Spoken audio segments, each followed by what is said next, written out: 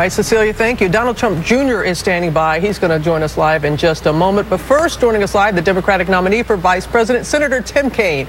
He's joining us live from Richmond, Virginia. Good morning, Senator. Did you get any sleep last night?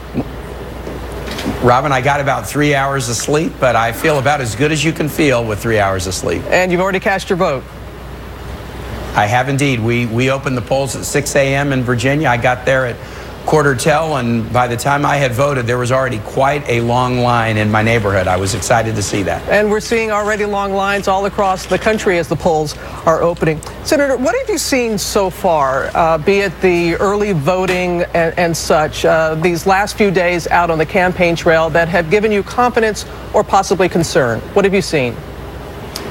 Well, there are three things, Robin, that are really important, that real data, you see who is registering to vote, and then you see who is asking for absentee ballots and returning them, but then you also see the early vote participation in the states that allow it. And what we're seeing in terms of early participation is very, very strong.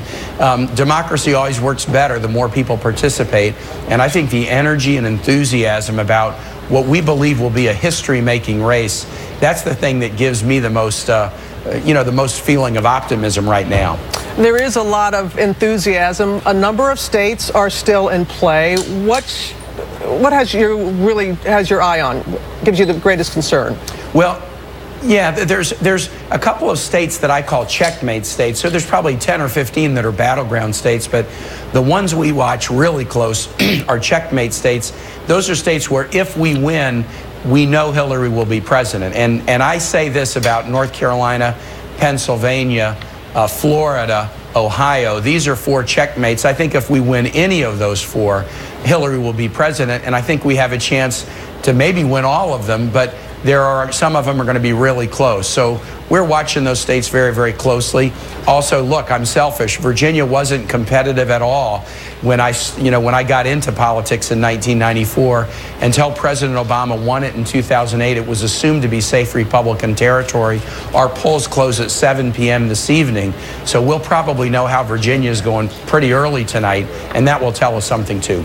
As voters head to the polls there in your home state of Virginia and all across the country, people who will be voting in favor of you, those who will not. What do you say to those people, the American people, who are going out to let their voices be heard today after such a challenging election season?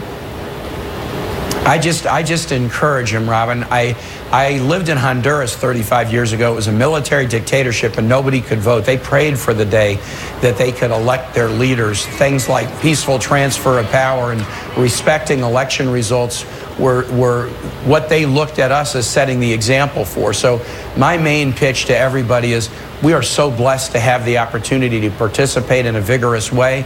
We just passed more than 200 million Americans registered to vote in this country, and I just hope we see record turnout for what I believe is going to be a history-making election. And a peaceful one at that. All right, Senator Tim Kaine, thank you very much. I know it's a long day for you. Thank you, sir. Thanks, Robin. We'll move on now to Donald.